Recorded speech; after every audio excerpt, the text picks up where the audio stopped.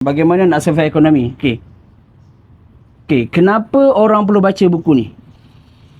Okey, motivasi saya menulis buku ini adalah saya masih ingat semasa saya kehilangan kerja.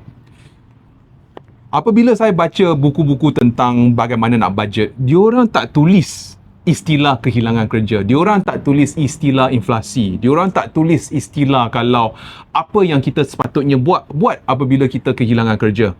Because most of the buku tentang budgeting, diorang okey, letak duit sini, letak duit situ, jimat duit, itu saja. Tetapi keadaan ekonomi hari ini sangat-sangat keras. Dah lah harga barang-barang naik.